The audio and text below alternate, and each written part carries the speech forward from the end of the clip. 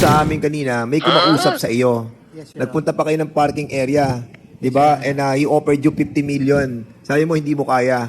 Tapos suddenly, sabi mo, nag-negotiate siguro kayo or something. Lumabas kayo ng 500,000. Nagpagamit din kayo. No, Your Honor. Hindi, nagpagamit din kayo. Come on, hindi mo alam eh. Paano mo hindi mo alam? You are the president, Mr. Chair. Medyo nagagalit na ako dito eh. Nagsisinungaling ka. You are the president. And you do not even know. So anong ibig sabihin nito? Niloloko mo ang committee ito? No, Your Honor. May I continue the... Okay, just continue. The story You of- better tell the truth because I am going to cite you in contempt. To make a motion to it. Yes, Your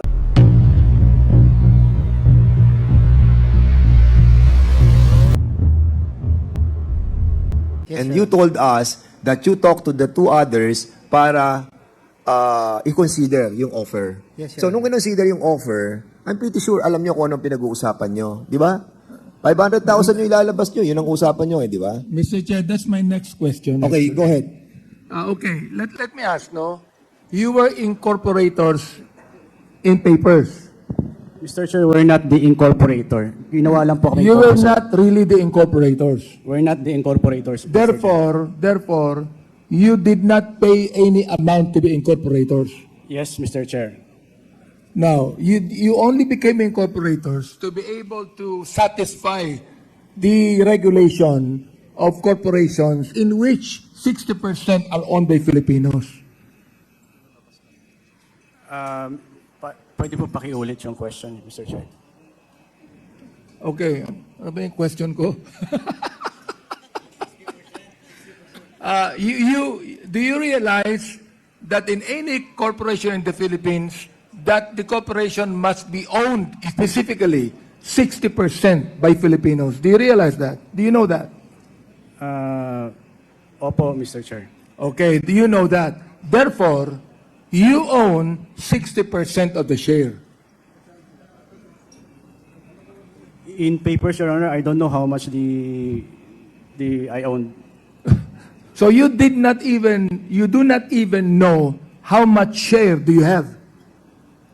Hindi po, Your Honor. You did not contribute any money as far as buying shares is concerned. No, Your Honor. Therefore, the corporation is owned by Chinese nationals who are not even Filipinos. Hindi ko po alam, Your Honor. Ibig sabihin, no, Mr. Chair, nagpagamit din kayo. No, Your Honor. Hindi, nagpagamit din kayo. Come on, hindi mo alam eh. Paano mo hindi mo alam? You are the president, Mr. Chair. Medyo nagagalit na ako dito eh. Nagsisinungaling ka. You are the president. And you do not even know. So, anong ibig sabihin nito? Niloloko mo ang committee ito? No, Your Honor. May I continue the... Okay, just continue. The story You of- better tell the truth because I am going to cite you in contempt to make a motion to it. Yes, Your Honor. My goodness, hindi mo alam? Ano ba kayo? Mga tanga ba kayo? Are you going to allow yourselves to be used by a Chinese national and you do not even know the corporation? You are the president of the corporation. You are.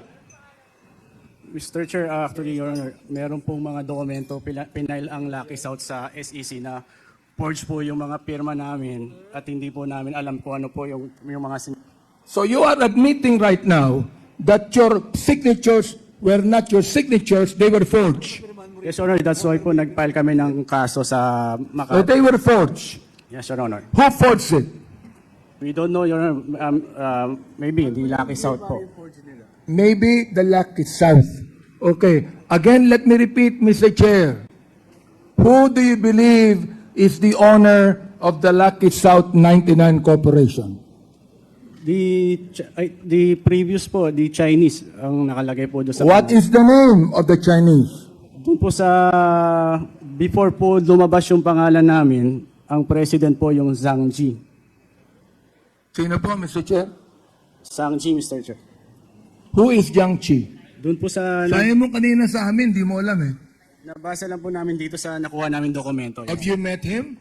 No, Your Honor. Have they talked to you? No, Your Honor. So, yung Janshi na yan, alam mong Chinese yan, di ba? So, ibig sabihin, nagpaloko kayo sa Chinese.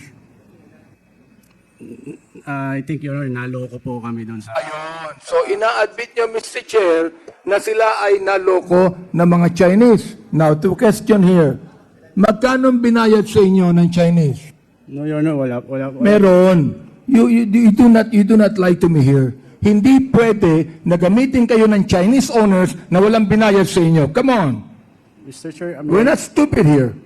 Nagpagamit kayo ng ganun lamang na hindi kayo binayaran? forge nga po yung pirma namin, Mr. Chair. Mr. Chair, I'd like to make a motion to hold these people in contempt. Okay, there's a motion. But before we move for the second motion, I would like to remind yung ating mga incorporators doon sa company na yon. Kasi kanina sinabi nyo na merong kayong pinag-usapan na 500,000. And that was 500,000 that you have considered. And pretty sure, dinidire nyo na rin yung tao na kausap nyo na nawawala na, hindi na matagpuan. I think that is a lame excuse. And you are making us think twice. Actually, kanina, no, nandito kayo, napapaniwala nyo ako sa mga, sa mga facial reaction. But when you spoke a while ago, yung isa, nagkaroon kayo ng contact doon sa, Lucky South 99 eh. At hindi nyo lang inaamin ngayon, but you were tempted, most likely you were tempted to enter, no? With them. Kasi hindi sila mag-o-offer ng 50 million eh. Kanina, come to think of it, hindi sila mag-o-offer sa inyo ng 50 million kung there's nothing on it. And as a matter of fact, you consider it. You consider it. Anyway, so I hope that yung puso ng ating kaibigan, si Chairman, Mr. Chair, there is a motion. There is a pending motion. So, Mr. Chair, Mr. Chair, may I go to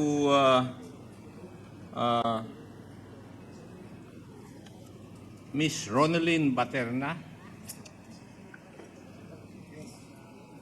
yes, Is she still around? go ahead. Yeah, andito pa. Go ahead. Yes. Kanina, Madam Ronaldine, sinabi mo na hindi mo masyadong kakilala si Cassandra Leong. Tama po ba yung pagkarinig ko? Kilala ko po siya, Your Honor, and then nakikita ko rin po siya. Gaano mo siya kakilala? As ka-work po, since doon din po siya nagtatrabaho. Doon siya nagtatrabaho. Natatandaan mo ba na nung February 2 of 2021, may pinirmahan kang sublease agreement kay Madam Cassandra Ong? Hindi ko na po matandaan, Your Honor, kasi sobrang dami ko na pong napirmahan na papel.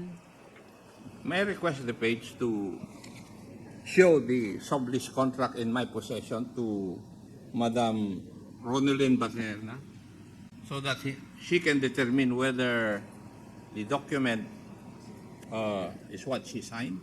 Okay, the COMSEC is hereby directed to bring the documents to Baterna.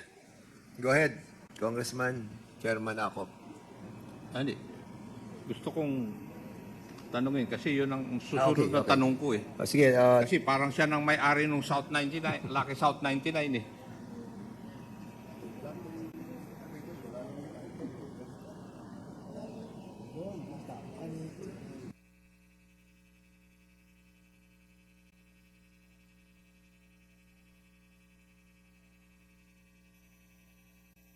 Madam Ronaldine, pirma po niyo ito. Opo. Natatandaan po ninyo na pinirmahan niyo itong sublease contract na ito. Opo. At ang nakalagay dito, it's this sublease agreement executed and entered into by and between Whirlwind Corporation as the sublessor and Lucky South 99 Outsourcing Incorporated as the sublessee. You were, in this document, kayo po ang nagre-represent sa Lucky South 99 Outsourcing Incorporated. Tama po ba?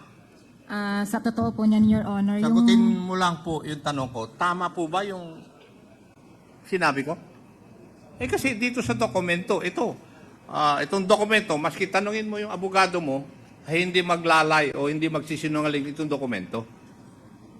Opo, ako po yung nagpirma. Oh, bakit? Bakit ikaw ang pumirma, Iha? As per instruction po, kailangan ko pong pirma. Kanino pong instruction? Yan, gaya nga po ng sinabi. Kanino pong instruction? Kay Sagutin Ma'am. mo yung tanong ko. Hindi. Pangatlo na akong mag-move to cite you in contempt. At Iha, hindi kita pakukulong dito. Sinisiguro ko yun. Sa attorney po, galing po kay attorney. Sinong attorney? Attorney Medina po. Attorney Medina. Mr. Chair, may I move that we invite also Attorney Medina so that we will find out kung sino po ang nag-uutos talaga dito. Siya ba yung under yung NFC? Law firm? Hindi po. Iba pa yung attorney Medina, hindi yan kasama doon sa lawyer mo yan? Hindi po. Oh, sige, we'll be inviting the... Mr. Chairman. Mr. Chairman. will you allow it, Congressman? Hindi. With regards to Attorney Go ahead. Just asking. Kasi pinapa-invite niya. No, wait. Of course, kaya nga, I am just asking if he's going to allow you to interject. Let's put order. Okay? Sige, go ahead. May I know if we have the incorporators of the Lucky South 99 Corporation here? May I request them to stand up and state their name and what is their position? Ang incorporators ng Lucky... Wait. Kasi nako-confuse tayo, no? Anong Lucky South 99 are we talking about?